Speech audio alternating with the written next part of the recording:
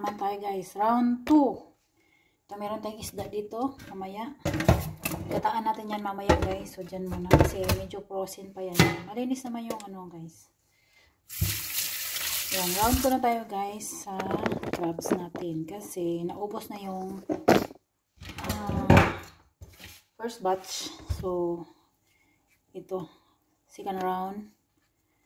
Kasi para makain na to. Kasi kung dito lilinisin at lagay ko lang yan sa freezer hanggang abutin pa yan ng World War 3. Hindi yan kakainin hanggat hindi mo ihahain sa kanila.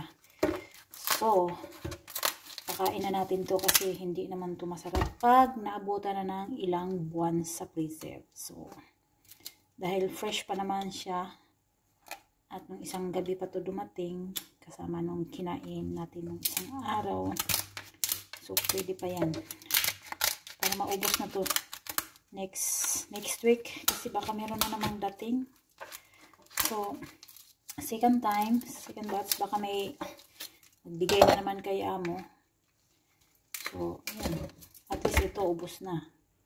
O, diba guys, ang laki. Ano to siya guys? Parang binanlian na siya ng kasi ayan, tinan mo, yung kulay niya orange. Ibig sabihin, luto na to. Kakainin mo na lang. Diba?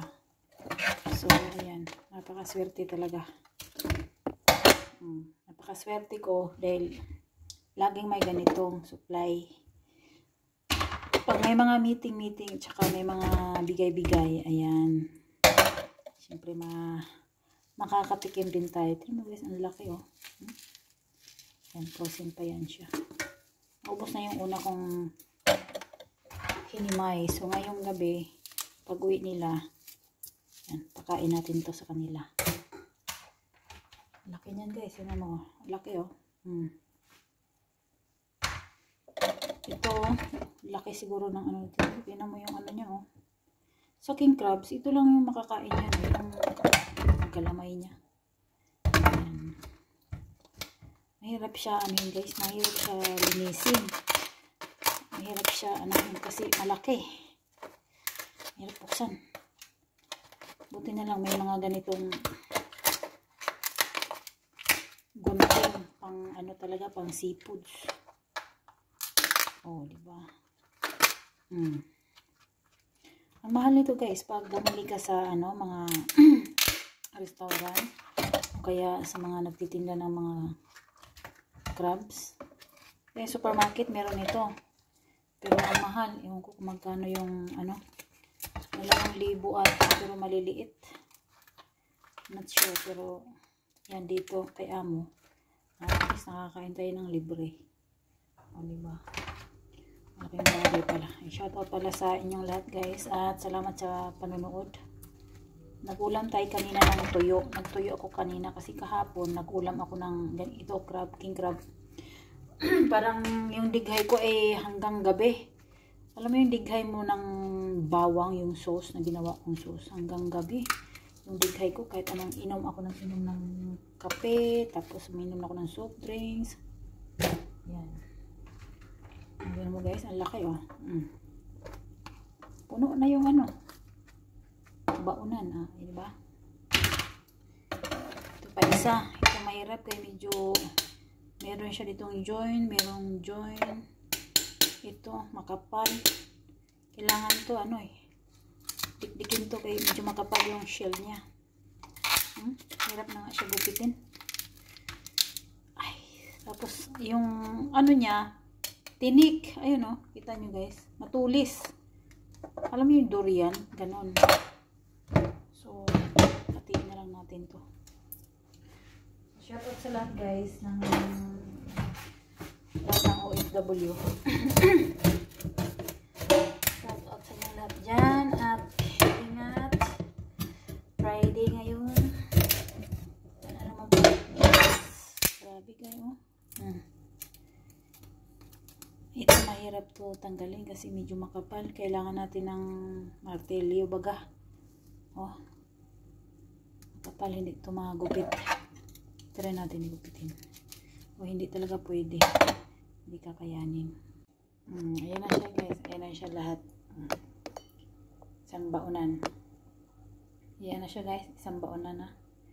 So, meron na silang dinner at saka bukas. May natira bukas, tirahin na natin kasi pag tumagal yan, mag-iiba na yung, hindi na siya masarap pag tumagal na. Tayo ngayon ng sausawan sa ating crab, king crab. Yan. Butter. So, gayahin na lang natin yung ginawa ng iba. Lagyan ng konting oil para hindi daw masunog yung butter. So, nag-crabbing kasi si Bite King. Ayan. Idol ko kasi yan si Bite King. Shout out sa'yo, Bite King. Kumain ka ng seafoods na napakalaki. Anong seafoods yun? Lobster. Ayan. So, ayan guys.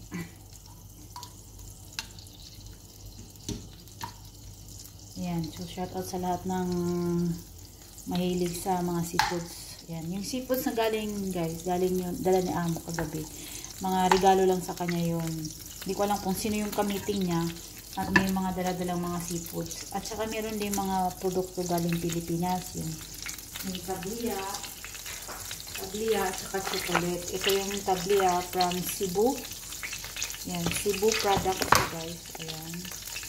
Cebu. Then, chocolate mango flavor. Yan. So, meron ding from India. Ay, Pakistan. Mga tea. So, ilalagay na natin guys yung garlic na ginawa kong garlic paste. Kasi ang dami kasing garlic. So, ano lang siya, manurok. Sa Bisaya pa, manurok. Ano ba yan? Tutubo lang siya sa tagal ng naka-stack. So, ginawa kong garlic paste. Yan. So, di na natin kailangan iwa-iwa pa kasi meron na tayong ginawang garlic paste. Ayan. Napanood ko lang din yan sa mga cooking show na yung mga garlic ay para hindi mabulok at tumubo. Ginawa na nilang garlic paste. Tapos nilagyan lang ng oil o kahit anong oil ilagay mo dyan. So, ayan. Medyo naparami ang ating garlic guys. So, pwede na siguro yan. Yan. Tapos, ilalagay natin ay ayan. Alam nyo na yan kung ano yan. At kunting toyo. Kunting toyo lang guys. Then, mix. Mekos. Then, lagyan natin siya ng tanuki soy sauce. Yan. Wala kasi tayong oyster sauce. So, tanuki soy sauce na lang yan. Yan. Tanuki soy sauce. Masarap din naman yan. Para din siyang oyster sauce din to. Pero may mix na rin siyang kung ano-ano mga kalagay dyan. So, waiting ng ating crabs. Yan. Mag-crabs tayo. Crabbing crabs tayo. So, yan na guys. Medyo okay na siguro to. Meron din akong garlic, dry garlic. So, lagyan natin siyang konti. Hindi tayo ma-high blood yan guys kasi ang daming garlic, no?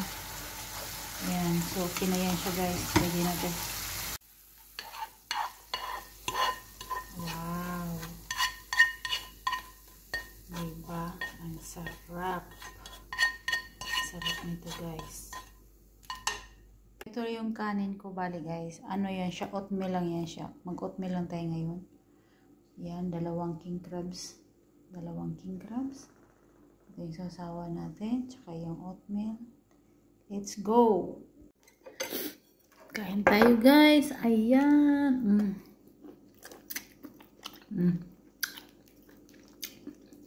Kayo ba? Mayroon na siya.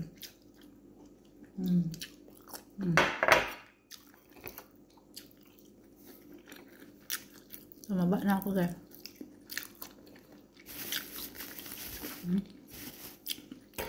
Kayo.